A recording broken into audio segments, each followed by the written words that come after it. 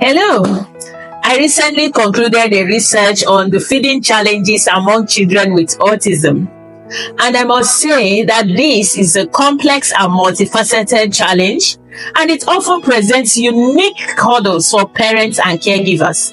But it is important to understand the underlying factors that contribute to these challenges and implement effective management strategies.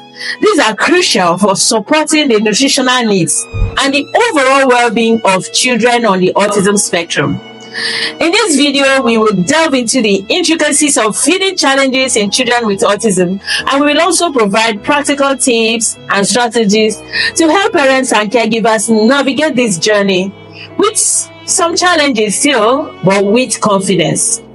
So, in understanding the feeding challenges among children with autism, it is important to know that they experience a wide range of these challenges, which may be include selective eating, it could be food aversions, it could be sensory sensitivities, it could also be mealtime rituals or routines. And these challenges can actually be from various factors, and they could be as a result of sensory processing differences.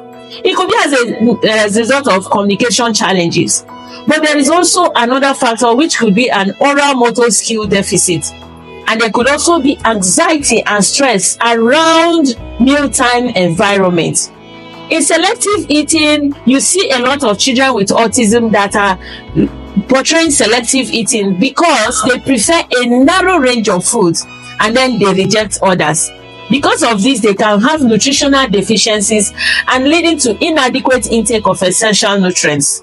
We also found out that food aversions can be as a result of sensory sensitivities, and it will cause children with autism to experience aversions to certain textures, to certain smells, to certain colors, and this could introduce bias to new food, and they will not tolerate foods that are not familiar to them.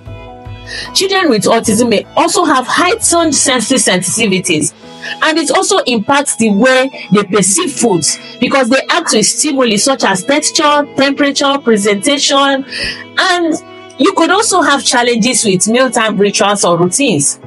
Some children, they develop rigid routines, which also even the therapists usually would recommend, but this may not favor their feeding patterns because once the food and the environment is not the way they are used to, they may refuse to eat, and this could cause a lot of stress and mealtime reactions that may not be favorable to their nutritional intake. But there are effective strategies you can apply.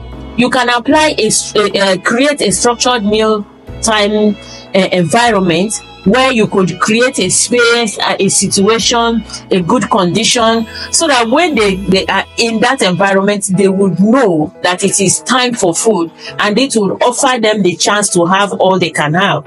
You can also offer varieties. In this, we mean you can provide more than one type of food, such that if they fail to eat one, they should still have something else to eat, so they do not get deficient in the nutrients they require.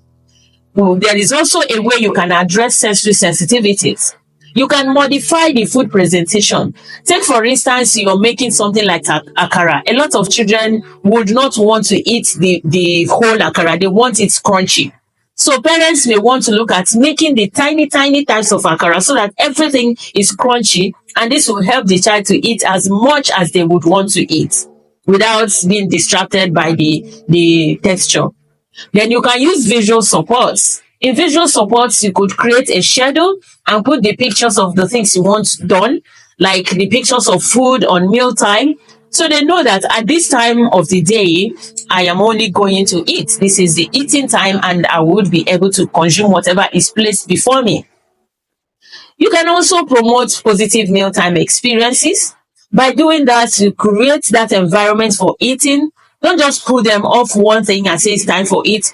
Create it, talk about it, coerce them and ask them, prepare them for the eating time, and also make it enjoyable by letting them see you eat it and enjoy it. This way, they may want to come and try whatever it is you're doing and enjoy.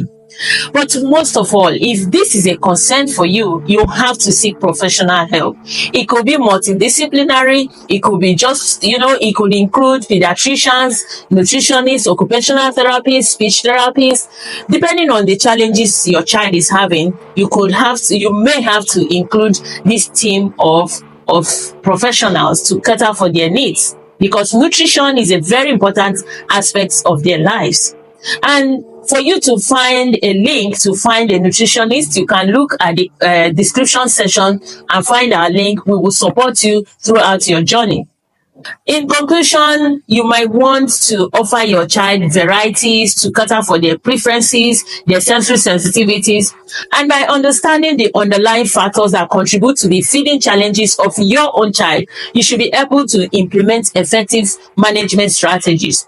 So parents and caregivers, you can support your child nutritional needs and promote positive mealtime experiences.